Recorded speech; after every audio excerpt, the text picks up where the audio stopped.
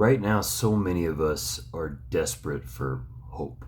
So let me tell you a story about a country that sank into darkness, much like we're seeing now, but clawed its way back and was able to fight back without bullets. In 1970, Chile did something that the world had not seen before. It democratically elected a socialist, Salvador Allende. He nationalized the copper industry, he raised wages, and expanded healthcare and education. Now, you may not agree with all these things, but all in all, the poor and working class started doing a lot better. Unfortunately, big money interests inside Chile and in the United States just couldn't have this. And so outside money set out to try and strangle the economy. And it worked. It sparked chaos to the point where supermarket shelves were empty.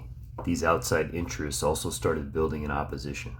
And on September 11th, 1973, they launched a military coup. As a result, General Augusto Pinochet was installed as dictator.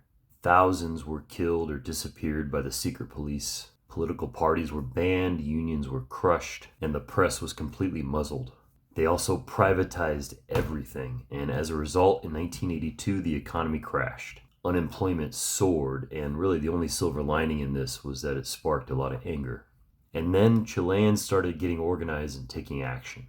The church documented abuses, hid the hunted, and created a paper trail for future justice. Many women started sending story quilts abroad so that they could tell the stories that the newspapers weren't. Musicians and artists created underground work, and national protests grew and grew and grew. And then exiles put pressure from abroad.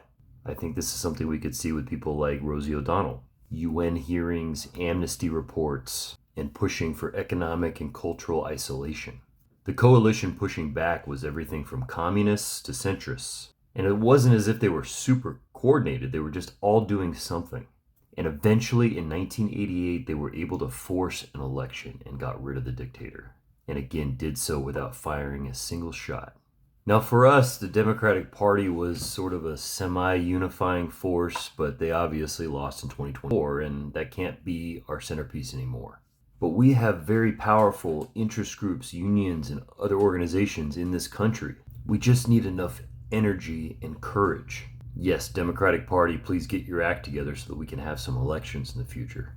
But we're not going to wait for you, and we don't need to. Now, what I will say is, unfortunately, this whole process took Chile 17 years. And for us, I really don't think we're looking at a turnaround as quick as 2028.